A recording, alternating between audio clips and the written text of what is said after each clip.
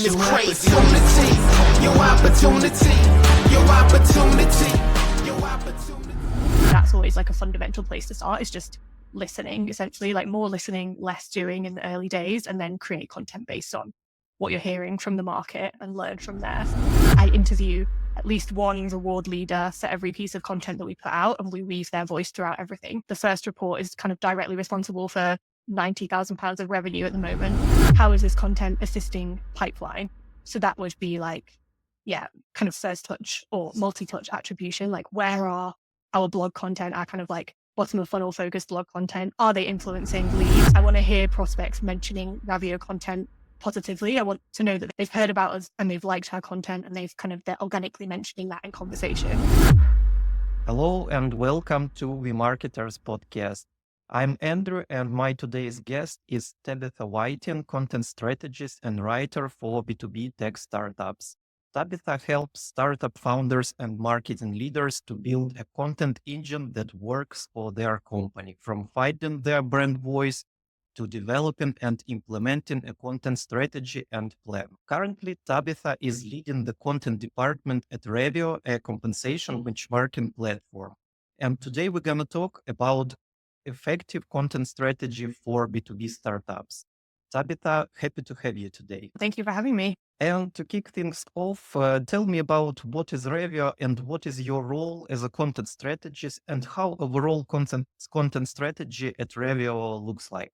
Yeah, so Ravio, as you mentioned, is a kind of compensation benchmarking software at the core of it, aimed at people reward teams, B2B SaaS world.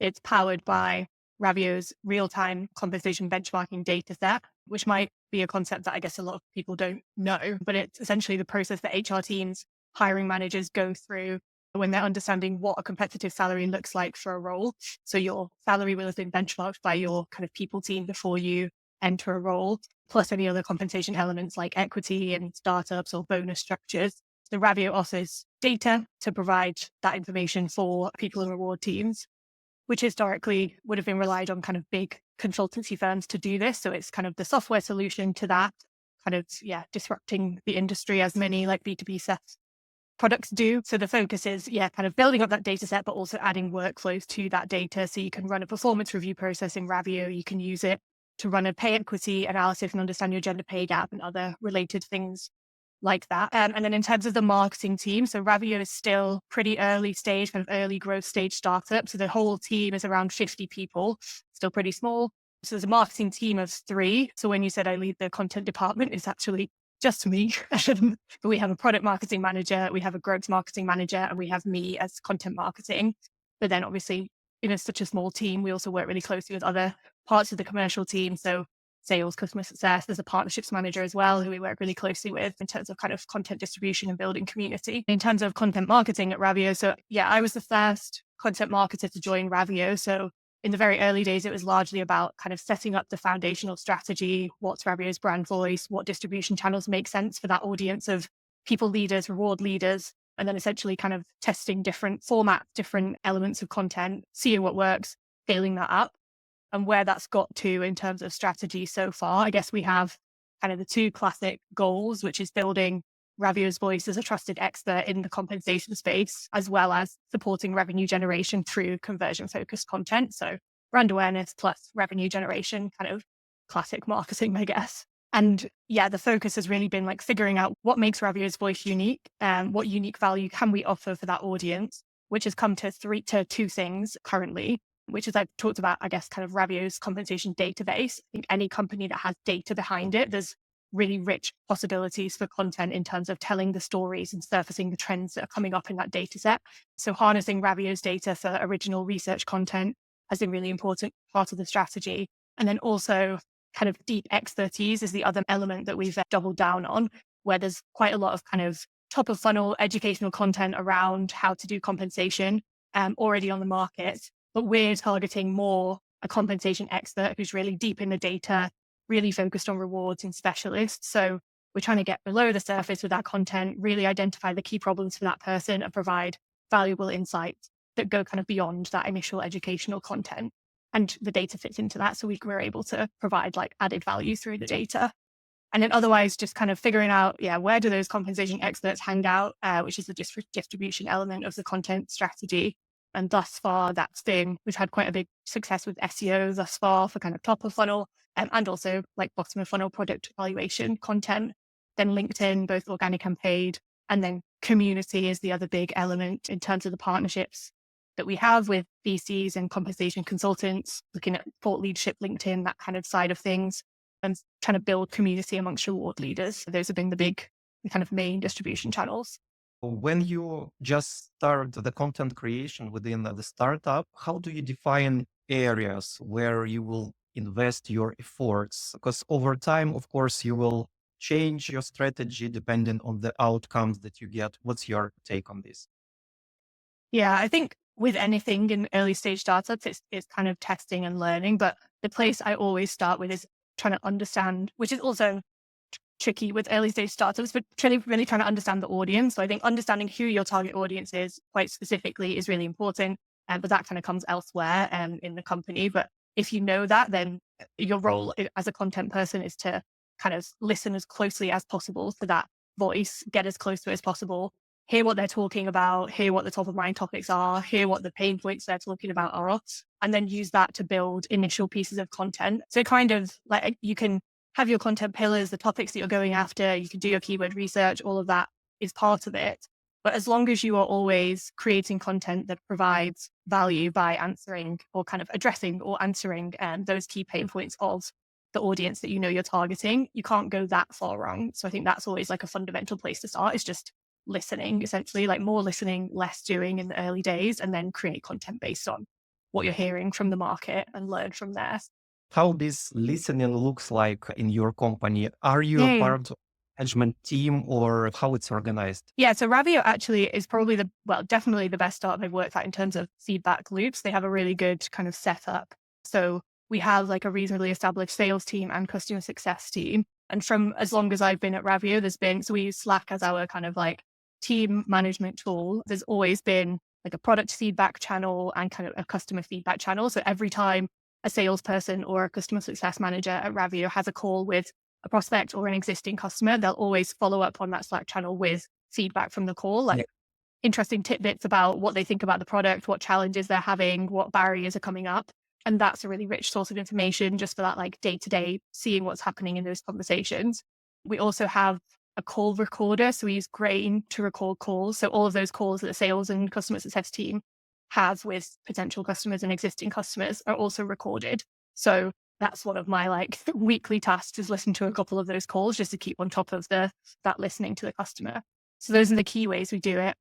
And then, which is actually really useful because I've worked at other places where you need to go and seek that out much more, which is possible, but it's always hard to do. Like a marketing person asking for a kind of interview with a target persona, you have to give like incentives and whatnot to make it work. But having that on tap through the sales team and the customer success team is really valuable. Ravio operates in a very specific niche. How you make sure that your content stand apart the competition? Because all the salary benchmarking platforms, they press the content that is pretty similar. So you provide information about salaries, right? Some market trends. How do you make sure that people will want to download Ravio's content? Yeah, I think there's two main things. Well, Ravio also has two kind of competitor strands, as a lot of like SaaS companies do. There's the other like direct Ravio competitors, so other software solutions around compensation, data and management. And then there's like legacy providers, so consultancies like Radford and Willis Towers Watson, who have previously done kind of salary benchmarking projects for companies, very expensive, like one-off projects. So there's kind of two aspects in terms of competitor content. And I guess it's kind of the same answer for both. But I think the main things that make Ravio's content stand out that we've been very conscious about from the start is the data insights that I mentioned. So always weaving Ravio data throughout all forms of content. So we do a big kind of annual original research report on compensation trends, which is like a big brand moment for us, which looks at kind of distills all of the insights, all of the kind of trends around compensation, what's changed throughout the year. And that's the big piece in terms of data insights. But every single blog that we put out will always weave Ravio insights throughout it. So if we've got a blog around, I don't know, how to set up salary bands, we'll include some data on an example of like, what does a a mid-level software engineer's salary band look like typically. So there's always that level of like unique value being added through insights, which obviously competitors can do too, but it does, I think, we're the only ones consistently doing that at the moment. And then the other side is just deep subject matter expertise. So like I mentioned, kind of diving into the real pain points that we're hearing, not just doing like surface level compensation content, looking at what our competitors doing, but actually listening to the audience, answering their problems and bringing real experts in to do that. So, I'm writing content, but I'm not a subject matter expert. I've never worked in compensation or HR in my life.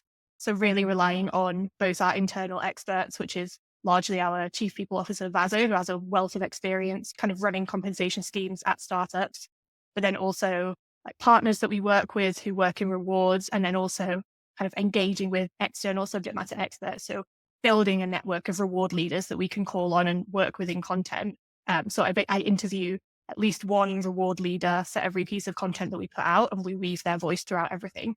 So I think those are the things that really make us stand out. Honestly, as a marketer who deeply works with the content creation, I'm jealous to you because you have so much data to create all this content, but this data is your main product which you sell.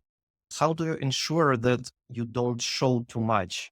How do you balance this? Yeah, it's a good question, actually. I think that's actually been an interesting battle in terms of challenges with content. That's been like an ongoing battle between kind of marketing and content and kind of product and leadership, because there is a lot of like hesitancy to share content because it is, in ways we're giving away our product. And there's been a lot of kind of, back and forth of like, what are the pros and cons on that? And where we've landed at is that, we're happy to give away a portion of data each time. So for a blog, for instance, we're only ever going to be sharing small little tidbits of data. So one little salary band, or kind of what does this salary look like for this role, or what does the typical company do when it comes to equity compensation. It will always be one specific piece of data. The compensation trends report is slightly different. That's a bigger release, but it's a once a year gated piece of content. So we're always, we're getting something back for it. We're getting people's email addresses that hopefully then we can use within the sales process. So I think that's the question of like weighing up what value are we getting back from it. But essentially, because Ravio's data set, one of the key differentiators of it is that it's real time. So whereas legacy providers have done a big annual salary survey, so they'll go out to every company, say, can you give us your employee data so we can see what average salaries look like? They compile all that data and they sell it back to HR leaders. Ravio connects directly with companies' HR systems. So they're constantly pulling employee data. So Ravio's data is constantly updating. It's always real time. So even if we share a tiny piece of data within the content, we're not giving away the value of the platform, if that makes sense, because the value is in having access to it every day and being able to see how the market shifts over time. So I think that's what we've got to, is as long as we're not giving away too much, it's still really valuable within the content. And let's zoom into the content types from your experience at Ravio. What content types work the best for you? Yeah, good question. So I think, a few things. So the compensation trends report that I mentioned, so that's a kind of big piece of original research, PDF report, that's worked really well for us. So that's at the moment an annual touch point. Every year we put out this big piece of original research. That's worked really well as kind of a brand awareness moment. So it's a big piece of content, but around it, we do lots of different distribution activities. So there'll be PR, especially because it's a lot of data insights. There's always really good press releases to go with it in terms of what we're seeing from the market. It's also like, I think it's one that gets a lot of organic resharing across the rewards community because there's so much interesting insight in it. It's also a gated piece of content, so we can directly see how it influences deals. So that report format has been really important for us. And I think that will continue to be an annual touch point for Ravio for a long time. And it's, directly influencing revenue. We know the first report is kind of directly responsible for £90,000 of revenue at the moment.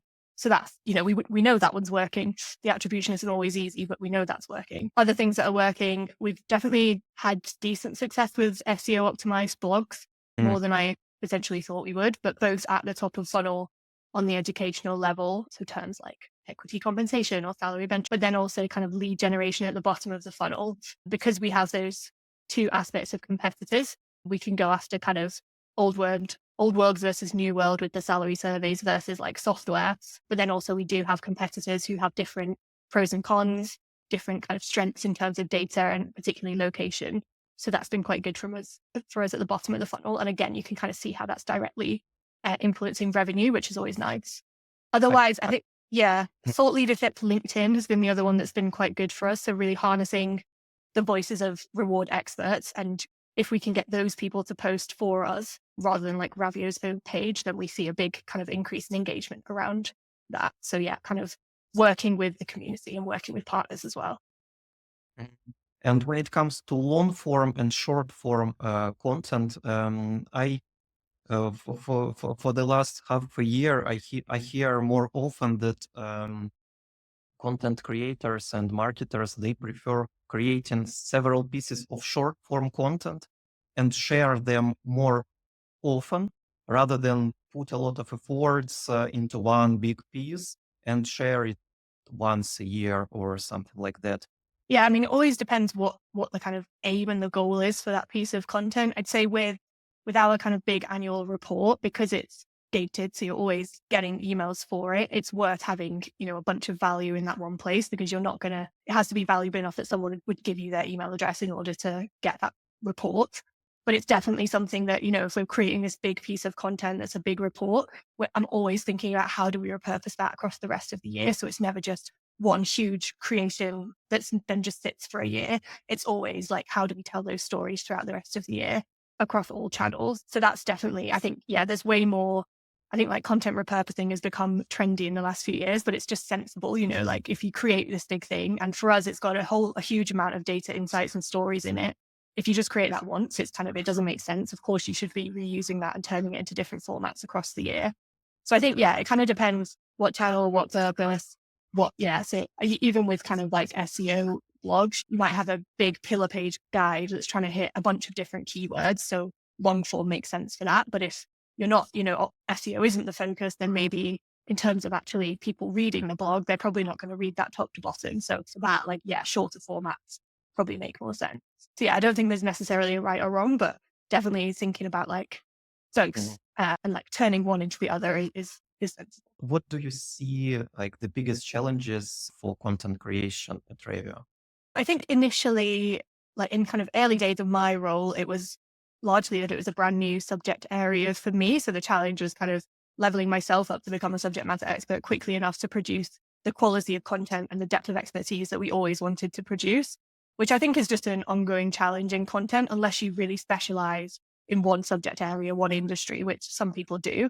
But you're always going to have those kind of new subjects and areas to get into, which actually is one of the things I love most about working in content anyway, that I get to kind of spend my time learning about these new things and embodying different roles and things like that. So I quite enjoy that. But definitely in the early days, that was a challenge. And I'd say just kind of leaning on others was important. So talking to our internal subject matter experts, our chief people officer, and then also building up a network externally was really important. And just kind of getting stuck in researching, writing. Now, I think the biggest challenge is we're kind of at an interesting stage at Ravio where we're still relatively early stage, but we're established enough where there's traction happening with, brand wise and product wise and sales wise. And now it's kind of, there's almost too many options. There's lots of different routes we could go down as a marketing team, lots of things that are showing potential, lots of kind of demand coming to me in terms of the team wanting different content. So it's, deciding as a small marketing team and as a content team of one, where should we prioritize our focus? And then making sure we actually stick to that and avoid distraction. It's just inevitably always tricky in small teams. But I think that's the current challenge. And in terms of prioritization, any tips from you how you handle this? Yeah, I think it's all down to the planning. And for me, it's about kind of having this content strategy in place. So having that top level strategy and that being solid in terms of guiding principles. So what are we actually aiming to do with content? Why and who for? Those kind of key principles, always having that as a living document to come back to, so that when things come up where there's competing priorities, you're able to kind of rationalize which bets actually make strategic sense. That's my only really, it's my only real advice, which is quite quite basic, I guess, but I think that's the core of it, is just knowing what the priorities are and then being able to stick to them. And with this huge buzz around AI that we witness today, which AI tools do you use in the content creation and how they are helpful? I think, so I haven't dived too much into it, but I have used, I guess originally it was kind of ChatGPT, now it's more Claude, but using them more as like almost like a co-pilot tool. So I definitely, I don't think it's at a stage where the writing quality is good enough that I would trust it to like generate content. That's not something that fits with Ravio's strategy and not something I'm particularly interested in, because for me, like writing is part of the reason I love working in content. But I do think they're really valuable in terms of like blank page syndrome. So a lot of people struggle with kind of starting from scratch. So if you're writing anything, like whether it's a blog or an email, even to sales teams, or a LinkedIn post, sometimes it's really hard to start from scratch. So being able to use it almost as a co-pilot to talk through the process with and give kind of drafts to run with, I find that really useful. I'd say personally, the thing I use it most for is LinkedIn posts, just because that is part of my job, but I'm not a social media like expert. And so being able to take content that I've already written and repurpose it into suggested LinkedIn posts that I can then just edit, that's really useful. That definitely saves a bunch of time. So yeah, I'd say like seeing it as like an assistant is where I'm at the moment. Now, the question about measuring success of the content, how do you define that this content piece was particularly successful and this one was not so great? Yeah, I guess there's maybe three sides to it. So firstly, like engagement metrics, the classic stuff. So it depends on the format and the channel, but for blogs, for instance, you'd be looking at visitors, views, engagement time, really important. I'm always interested in like how long are people actually spending engaging with this piece of content, more than like, are they actually coming to the page? If they come to the page and they spend 20 seconds, maybe they've got what they wanted, but it's not kind of the depth of engagement I want to see. But then, yeah, with a report, that would look like downloads really, or kind of like visits to page versus downloads. LinkedIn, you're looking at engagement rates. So engagement metrics, depending on what format and what channel. Then always conversions. So how is this content assisting pipeline? So that would be like, yeah, kind of first touch or multi-touch attribution. Like where are our blog content, our kind of like bottom of funnel focused blog content? Are they influencing leads? Like when leads come into HubSpot, which we use as our CRM, can we see that they've engaged with content that we want them to? Have they come to a webinar before? Are they a LinkedIn follower? Have they downloaded a report? That's the main thing I'd say, is like, how is content assisting pipeline? Essentially, it's a conversion focused. And then the third thing is just word of mouth, which is very hard to, it's not really a metric. It's very hard to measure, but I think it is really important for all marketing in terms of like brand awareness and understanding, but particularly for content, because I want to hear prospects when I'm listening to sales calls or I'm seeing feedback in Slack. I want to hear prospects mentioning Ravio content positively. I want to know that they've heard about us and they've liked our content and they're organically mentioning that in conversation. So that like word of mouth piece is kind of, yeah, I think that's really important, but it's very difficult to measure. What is the one piece of content that you are particularly proud of? I would say, yeah, probably the original compensation trends report, just because it was, it was relatively early on in Ravio and in me at Ravio. It was a big cross-functional project that involved like working with the product and data team, the design team, all of the marketing team. It was lots of late nights and lots of kind of uncertainty about how it would be received. It was kind of the first big bet we made in terms of Ravio content. And there was this immediate positive reaction, download exceeded expectations. But most importantly, we were seeing that anecdotal feedback from like the networks that our CEOs and our CPO was in. We were hearing from people in the HR space that this was actually a valuable kind of insightful report. And I also think just sharing the data is important, it sounds boring, compensation, but when you think about it, really it's what are people being paid each month. And that's really important because that's people's what you can afford to do with your life. And it's still very kind of shrouded in secrecy, employees' salaries.